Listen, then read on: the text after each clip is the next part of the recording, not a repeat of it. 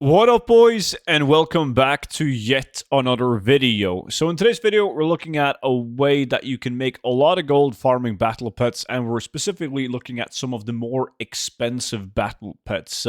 Now, there is a long list of expensive battle pets out there, but in this video, we're going to go over 5 of my favorite battle pets of high value to farm. So before we do that, massive thank you for all the support on the 0 to 10 million gold guide. The 0 to 10 million gold guide features the best tactics and methods that I personally use in order to achieve hundreds of millions of gold.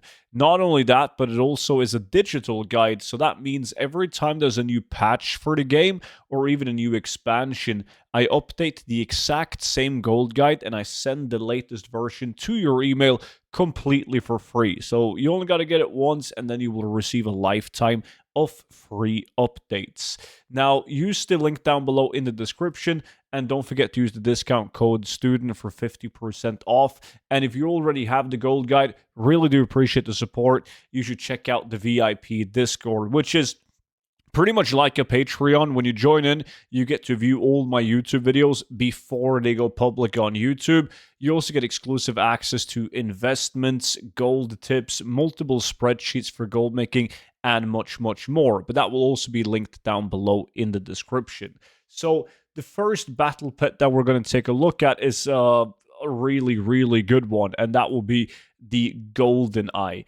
Golden Eye can be obtained, it's a Shadowlands battle pet and can only be obtained by killing the Hellspawn Soul Seekers right here in the Maw.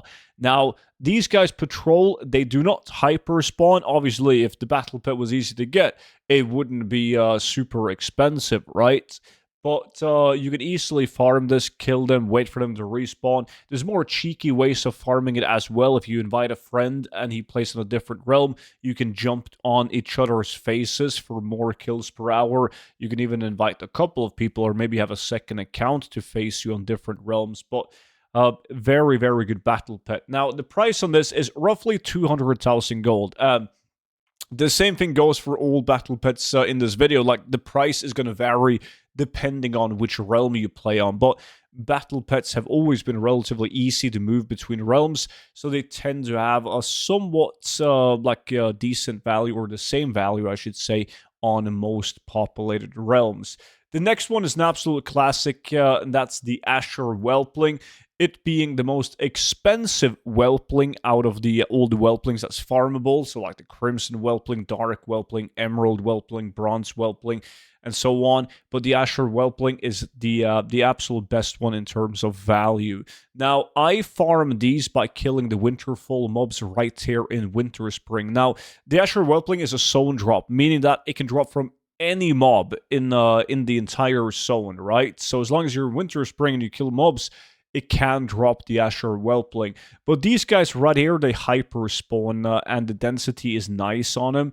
So this location right here is what I prefer to do in order to get the Azure Whelpling.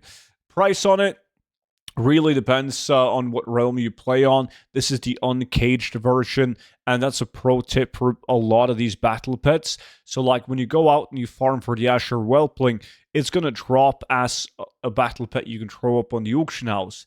But if you then proceed to learn the battle pet, open up your pet journal and cage the battle pet, you can have 2 different items. And a lot of the times, the uncaged one, the one that you haven't touched, can sell for 80,000 gold, while people are selling the recaged version for 55,000 gold.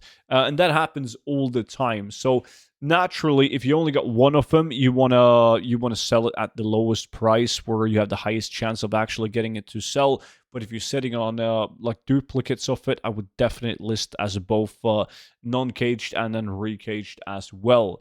And next one is the Rocket Chicken, which is finally picked up value again. And this one I actually take blame in, because I did make a video, which I will, by the way, link down below in the description. But I made a video on how you can make 150,000 gold per character in under 40 minutes. And now the price is higher than it was back when I made this video. So basically, you just got to do a quest line or a couple of quests leading to a quest that will give you the rocket chicken. It's always been a good battle pet. I mean, I had no problem selling the rocket chickens that I acquired, but after I made that video, naturally the prices went down. But as they always do, they always go back up again once most people like forgot about the farm or the video isn't getting any traction anymore. So definitely something worth checking out. And instead of like chasing like an Azure Whelpling or a Goldeneye, like basing it off RNG, there's no RNG involved with a rocket chicken. Like, you know that once you've done the quests on your toon, you will be rewarded with the rocket chicken. The next pet is something that I used to farm a lot back in the days, but I haven't really farmed that much lately, and looking at the numbers, I really should. And that is a Wrath of the Lich King battle pet, the Gundrak Hatchling. Gundrak Hatchling drops off Gundrak Raptors, which are located in Soldrak around the entrance of the dungeon. So these guys right here actually do hyper spawn, but the area is pretty big and the mobs are pretty spread out. So you can easily farm this solo, starting in one area and just cleaning them all out and then just like fly in a circle, pretty much. You can also make like an insane setup of people with like 10 people, 5 people in each group, and they take one side each. But that's like nobody is able to form those groups unless like I'm live streaming and forming it live on stream. So therefore, the value is still pretty good on these, where it's sitting at, well, again, it really depends on what realm you're on, and this is the uncaged one, but they do have a really good price. Another one that is relatively hard to get but good value is the Sprite Darter Hatchling. Sprite Darter Hatchling is a very valuable battle pet, which is similar to the Azure Whelpling. It's like a zone drop. So this one can drop in the zone of Feralas. Like, any mob in Feralas has a chance at dropping the Sprite Darter Hatchling. There is a ton of different farming locations where you have mobs hyper respawning for the Sprite Darter Hatchling. Now, every time I get Sprite Darter Hatchling, it's because I'm farming for the battle pet Emerald Whelpling. You gotta kill these noxious Whelplings in Feralas, and they, and only they, can drop the Emerald Whelpling. But since those mobs are located in Feralas, you also have a chance at getting the Sprite Darter Hatchling. Sprite Darter Hatchling being much more valuable than the Emerald Whelpling, naturally. So if you go over to Feralas right here, like, this is the area where you're farming for Emerald Whelpling and Sprite Darter Hatchling. But if you only care about the Darter Hatchling, like, this area up on this hill with this cave has these humanoid mobs, these Worgen or whatever they are, gnolls, and they hyper spawn like crazy. So that's a good location if you only care about the Sprite Darter Hatchling and you want to be farming this solo. So with that being said, that was the last battle pet in today's video. But if you like these videos, I can make a ton of videos of valuable battle pets that's farmable. So let me know down below in the comment section.